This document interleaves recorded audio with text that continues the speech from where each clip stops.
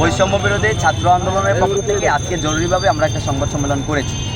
এর বিষয়টা ছিল যে আমরা দেখতে পাচ্ছি বরিশালে বিভিন্ন কলেজ বা মহানগর থেকে কিছু কমিটি করা হচ্ছে, যে বিষয়টি কেন্দ্র আমাদের অবহিত করেছে যে 5 তারিখের পরে যত কমিটি হয়েছে সকল কমিটি অবৈধ, এদের কোনো অস্তিত্ব নেই।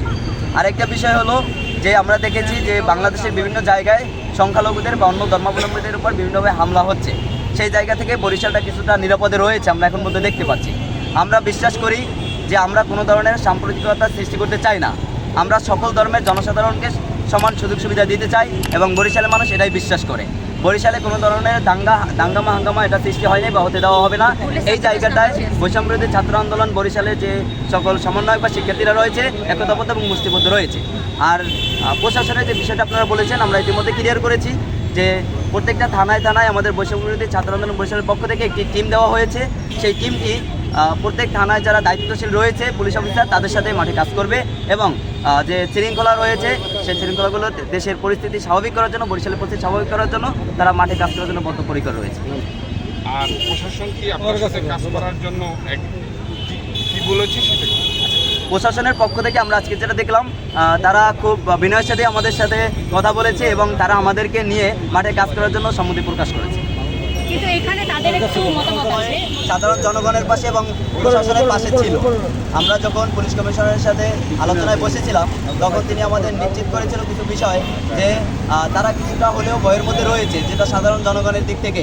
কিন্তু তিনি আমাদেরকে আরও একটা বিষয় নিশ্চিত করেছেন, বৈষম্যবিরোধী ছাত্র আন্দোলন বরিশালের পক্ষ থেকে আমরা যদি তাদেরকে একটা টিম গঠন করে প্রত্যেকটা থানায় থানায় দিতে পারি এবং সেই ছাত্ররা যদি পুলিশদের সহায়তা করে মাঠ পর্যায়ে, তাহলে তারা মাঠে নামতে রাজি আছেন। এবং আমরা ইতিমধ্যে সেই টিমগুলো গঠন করে বরিশালের যতগুলো উপজেলা থানা রয়েছে সেই থানাগুলোতে আমরা ইতিমধ্যে প্রেরণ করেছি এবং আজকে হয়তো আপনারা দেখেছেন যে কয়েকটা থানায় কাজও করেছে। যেমন আমিও কাউনিয়া থানায় গিয়েছি এবং অফিসারের সাথে কথা বলেছি এবং 8:30 বাজে আবার যাব এবং আরও দেখেছি বিমানবন্দর থানায়ও পুলিশ সদস্যদেরকে নিয়ে আমাদের শিক্ষার্থীরা মাঠ পর্যায়ে নেমেছেন।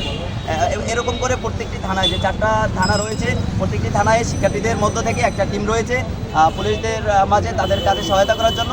এবং আমি আশা করি সর্বোপরি বিষয়ে পুলিশ 2-1 দিনের মধ্যেই সর্বশক্তি নিয়ে মাঠে নামবে এবং যত ঝামেলাগুলো হচ্ছে সব ঝামেলাগুলো সমাধান করবে এবং একই সাথে তাদের পাশে সাধারণ শিক্ষার্থীরা তাদের সর্বোচ্চ শক্তি দিয়ে মাঠে থাকবে। ধন্যবাদ।